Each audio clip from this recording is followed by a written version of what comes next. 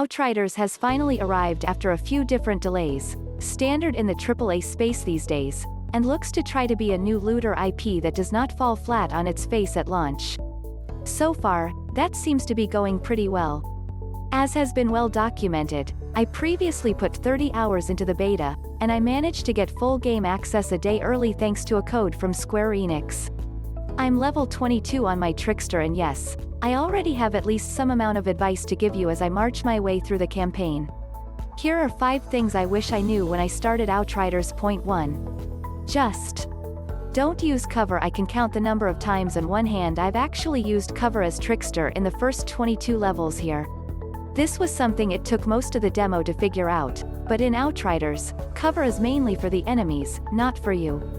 If you're staying in cover, you will get pinged and grenaded to death, and the correct way to play is to constantly be roaming and taking shots.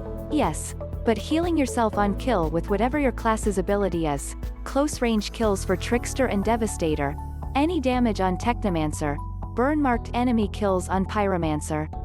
If you try to play this like a cover shooter, you will hate it. If you play aggressively like this as Diablo with guns, you will have a much better time. Trust me. Point 2.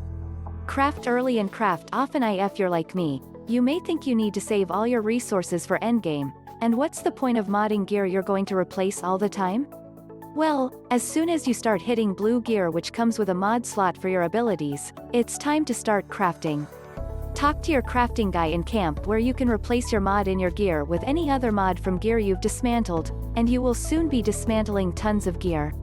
It costs practically nothing at low levels here, so there's literally no reason at all to not mod your gear, so it works with your skills and is the highest stat benefit available for your character.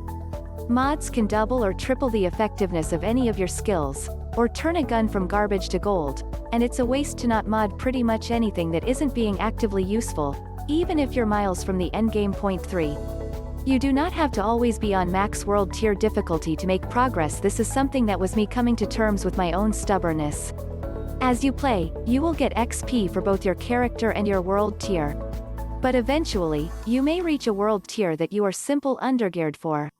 I played through one WWII-ish segment where I was supposed to storm a massive amount of enemies in battlefield trenches and got roasted at least 24 times.